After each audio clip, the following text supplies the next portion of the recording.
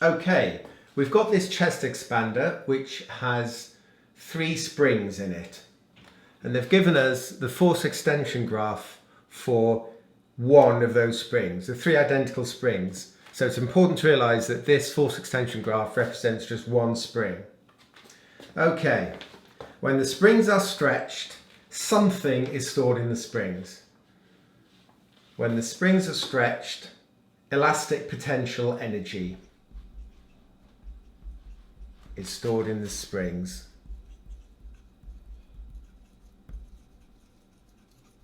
Okay?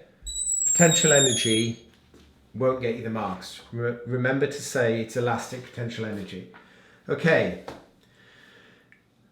How can you tell from this graph that the limit of proportionality has not been exceeded? Well, the answer's kind of in the question. The limit of proportionality is the point at which the extension and force are no longer proportional. In other words, when it becomes curvy. But it's a straight line. Despite my poor drawing, that is actually a straight line. So the reason is limit of proportionality has not been exceeded because the whole line is straight. Okay. Calculate the spring constant from this graph. Right. Do you know the equation for spring constant? It's in the formula sheet. The force is spring constant times extension. Okay? F is KE. Commit it to memory right now.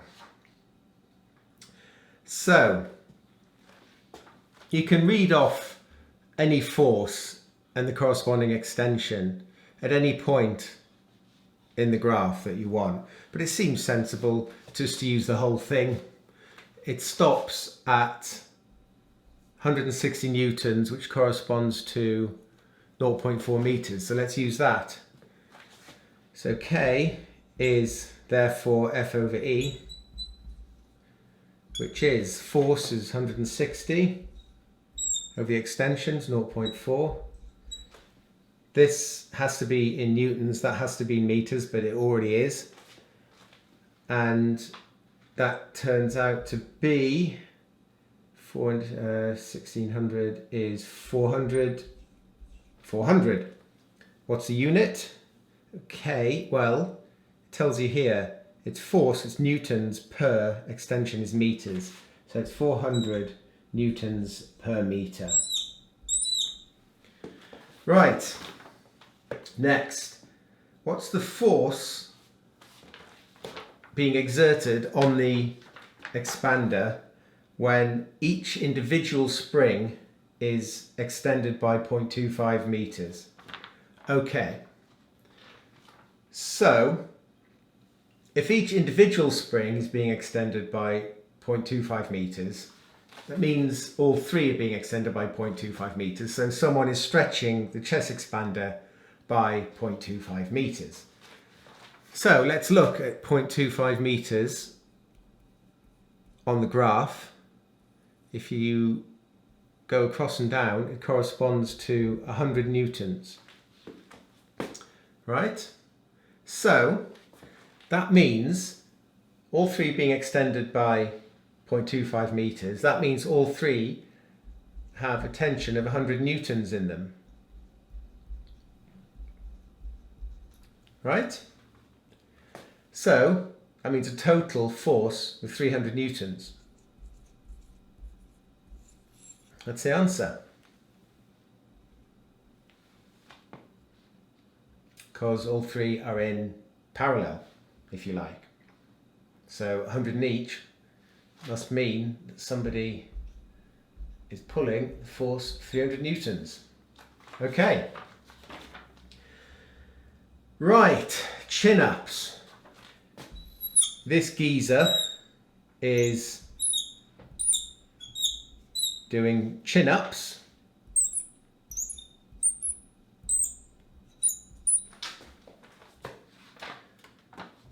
Right, he's doing 12 chin-ups in 60 seconds.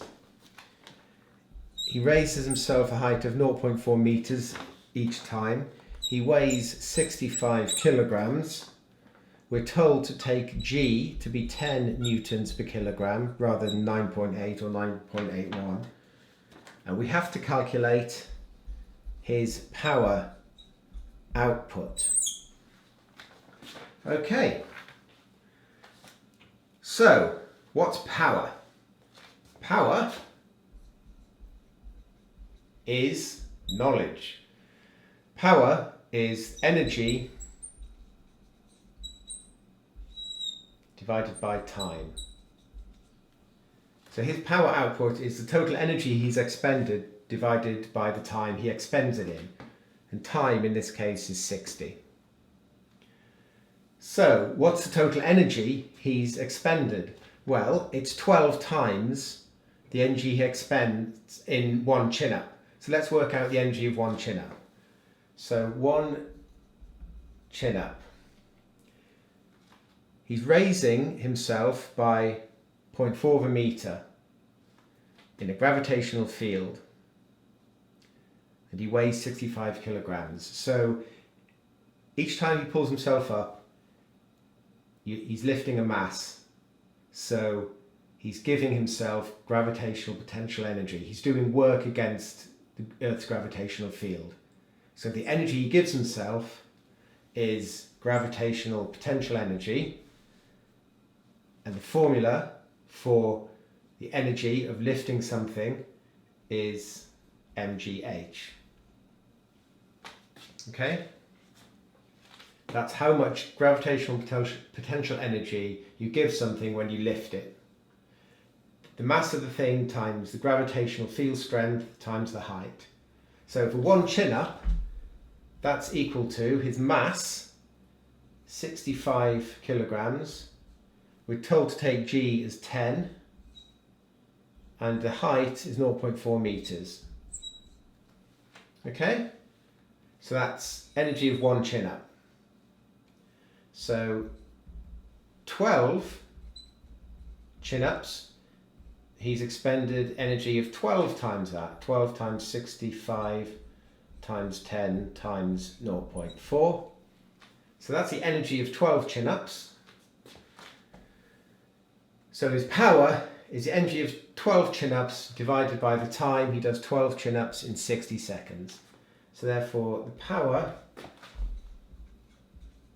is 12 times 65 times 10 times 0.4 over 60 seconds. Stick it in your calculator. Turns out to be 52. Unit of power, watts. No problem.